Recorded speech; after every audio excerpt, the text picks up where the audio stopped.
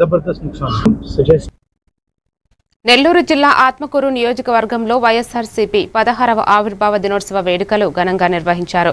ఆత్మకూరు సత్రం సెంటర్లో పార్టీ జెండా ఆవిష్కరణ, కేక్ కట్ కార్యక్రమాలతో నాయకులు, కార్యకర్తలు ఉత్సాహంగా పాల్గొన్నారు. నియోజకవర్గ పరిశీలకుడు కోటేశ్వర్ రెడ్డి పార్టీ విజయానికి కార్యకర్తల పాత్ర కీలకమని, జిల్లా నాయకులు ప్రజల సమస్యలు పరిష్కరించడం ప్రతి నాయకుడి బాధ్యత అని తెలిపారు.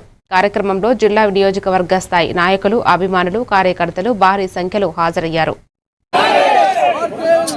కాబోయే ముఖ్యమంత్రి జగన్మోహన్ రెడ్డి గారి నాయకత్వం,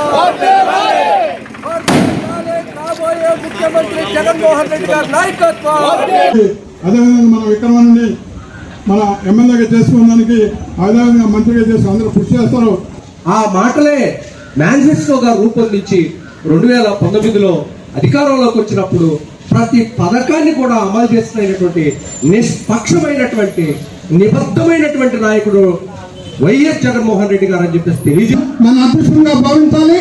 రాబోయే రోజుల్లో కూడా మన జగన్మోహన్ రెడ్డి గారిని ముఖ్యమంత్రిని చేసుకోవాల్సిన అవసరం ఎంతైనా ఉంది.